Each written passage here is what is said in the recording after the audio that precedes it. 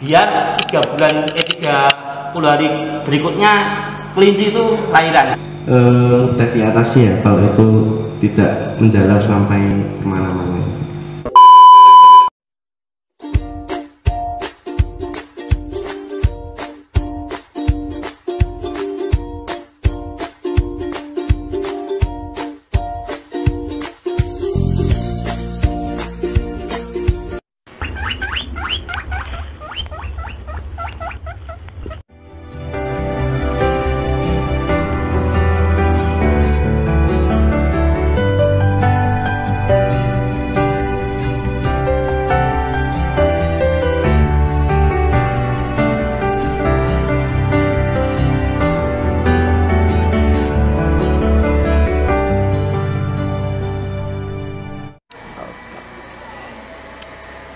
Halo Sobat Kelinci, bertemu lagi dengan saya Niko di channel Juragan Niko yang selalu membahas dunia perkelintingan secara lengkap.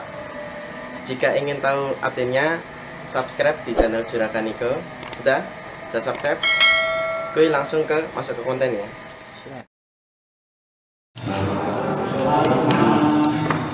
Oke, tadi perkenalan sedikit ya. Nama saya Mas Niko dari asli Jogja, Kemudian itu paroki di Santa Maria Cerah di Panggilan.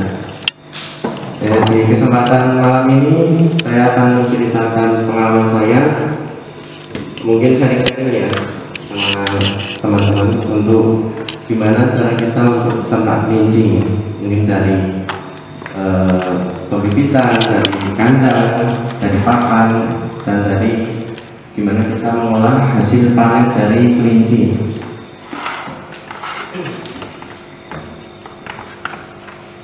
Ini tadi biografi saya sama lanjut. Ya. Sebelumnya apa saja yang harus dipersiapkan ketika ingin menjadi peternak kelinci atau seorang breeder? Itu yang pertama bukan modal, bukan modal ya, tetapi adalah niat. Yang pertama niat dan harus sayang terhadap hewan itu sendiri. Jadi ketika kita menyukai hewan itu otomatis usia 3 bulan sampai 6 bulan ada yang kandangnya bersih, ada yang kotor. Biasanya yang kotor itu menurut pengalaman saya terkenal namanya skebis. Skebis itu sebenarnya udah diatasi ya kalau itu tidak menjalar sampai kemana-mana. Menurut pengalaman saya itu kalau skebis itu dapat menyebabkan kelinci pertumbuhannya tidak maksimal. Yang kedua pegah mangan, angel, terus tekem pojok angel itu susah. Harus diberantas dahulu dari awal. Misal kotoran tikus itu dengan kita harus membasmi atau memberi kandangnya harus dirapatkan dahulu, itu agar anakan itu atau sapian tidak makan itu ya kotoran di dalam wadah makannya itu. Nanti usia 2 bulan udah lewat, nanti usia 3 bulan itu bisa dibilang udah lulus dari ujian hidup ya.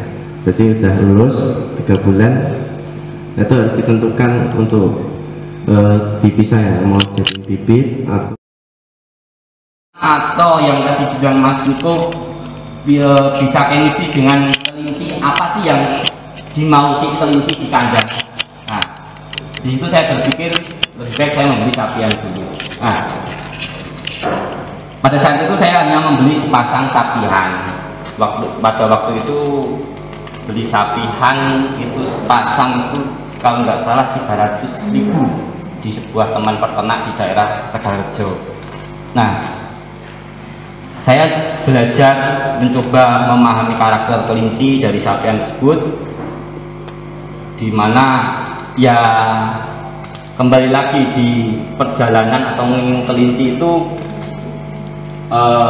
ternyata banyak rintangannya, tetapi juga maksudnya rintangan ini juga bukan menjadi, yang saya katakan jangan sampai menjadi penghambat bapak-bapak sekalian, karena ini juga sebagai pembelajaran di kandang, sebagai motivasi supaya sukses dalam berternak. Nah, banyak halangan di kandang, misal yang seperti tadi kendala-kendala mungkin penyakit yang disampaikan Mas Niko, skebis, mungkin kembung dan sebagainya. Bagaimana kita menyiasati atau menanggulangi berbagai penyakit. Nah, itu yang perlu diperhatikan, karena kalau mikir manisnya saja itu gampang, enak banget, tapi aktualnya emang di lapangan berbeda. Mungkin bapak-bapak yang ada di sini sudah lama berternak atau mungkin sudah senior juga mungkin sudah tahu apa yang terjadi di lapangan.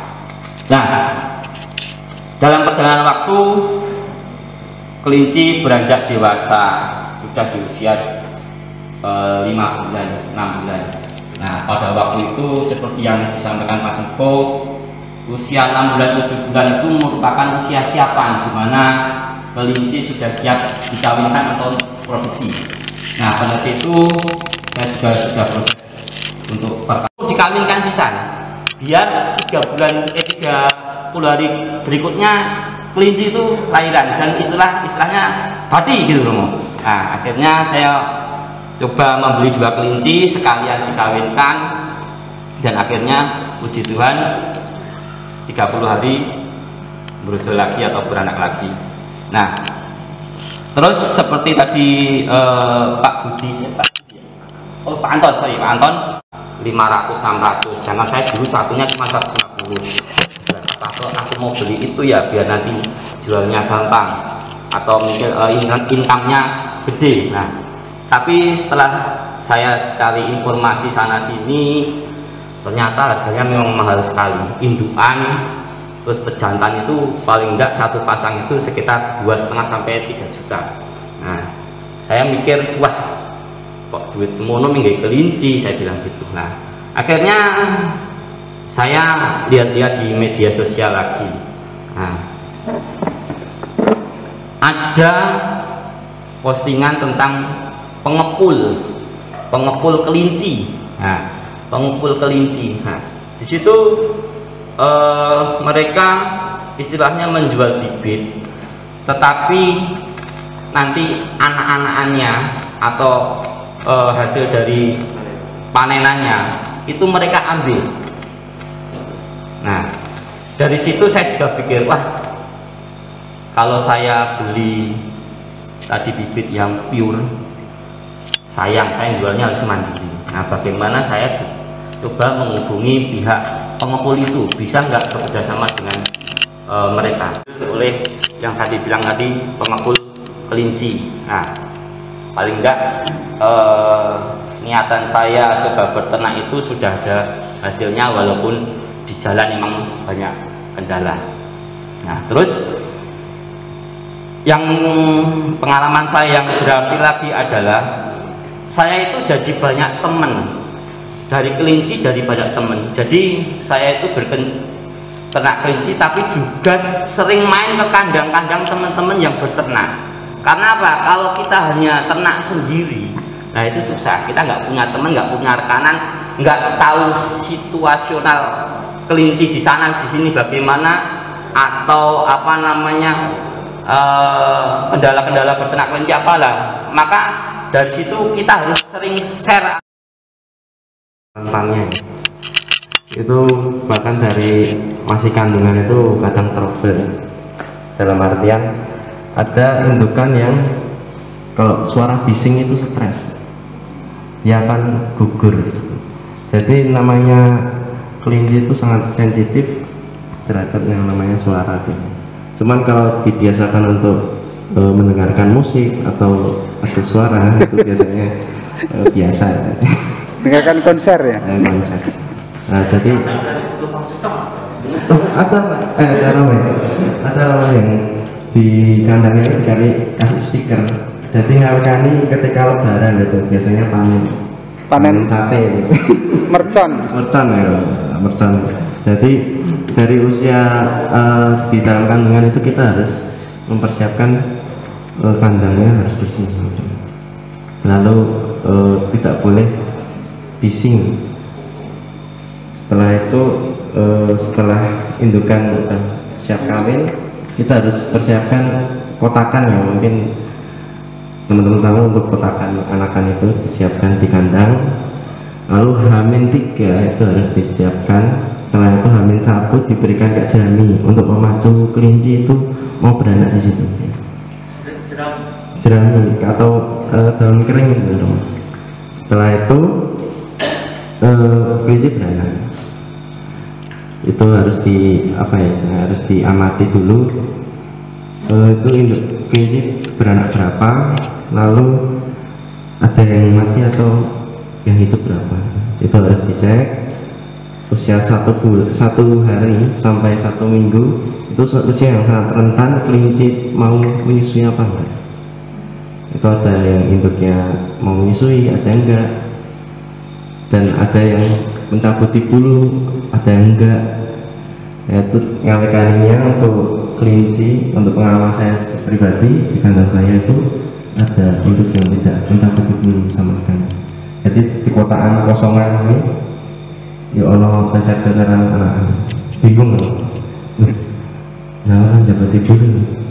Akhirnya saya lihat sharing-sharing teman-teman, terus nonton di YouTube atau Facebook, itu saya cabuti bulu induk itu sendiri, terutama bagian puting, dekat-dekat puting itu dicabuti.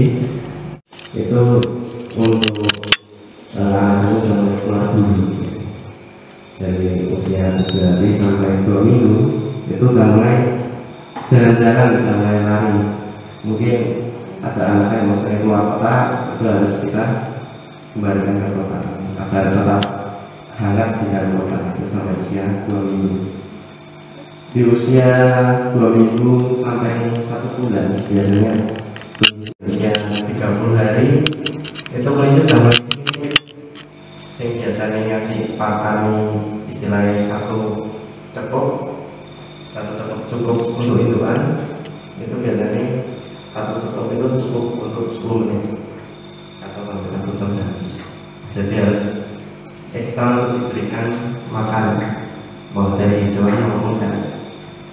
Begitu 1 bulan, nah itu biasanya kelinci itu rentan terhadap yang namanya kejepit. Sapian-sapian ini kan kaki-kaki kecil itu biasanya kejepit di kandang. Pengalaman saya itu ada yang sangkat, setelah itu kelomong sangkat, itu harus dipersiapkan. Kotoran tikus itu dengan ini kita harus membasmi atau memberi kandangnya harus dirapatkan dahulu. Itu agar anakan itu atau sapian tidak makan kotoran di dalam wadah pakannya itu. Nanti usia 2 bulan udah lewat, nanti usia 3 bulan itu bisa dibilang udah lulus dari ujian hidup ya. Jadi udah lulus 3 bulan, itu harus ditentukan untuk dipisah ya, mau jadi bibit atau usia 3 bulan sampai 6 bulan.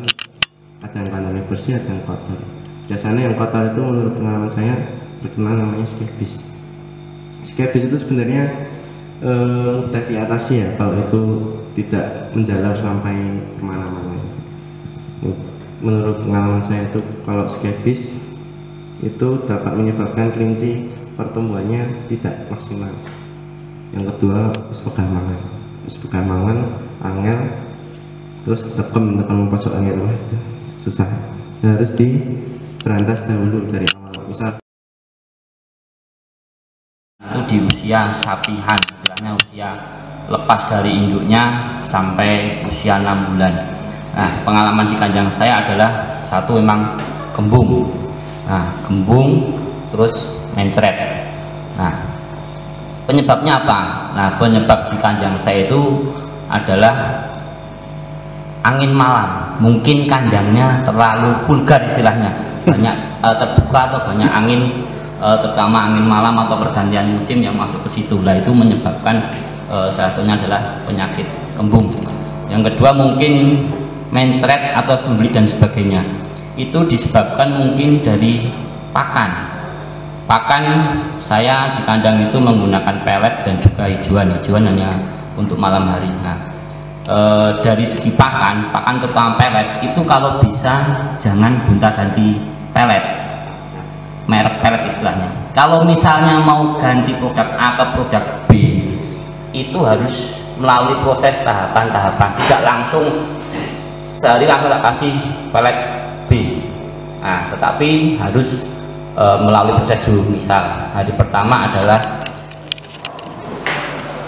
ya itu mungkin tadi untuk sharing-sharing bersama itu ya warga di Boro yang mau jadi peternak. Saya dengan Pak Tekno ini sudah sharing-sharing, semoga bermanfaat mungkin bagi teman-teman atau sobat kelinci dimanapun berada yang mau berternak kelinci bisa nonton di channel ini atau di YouTube ini ya, di channel Juragan Niko ya. See you di next episode. Bye.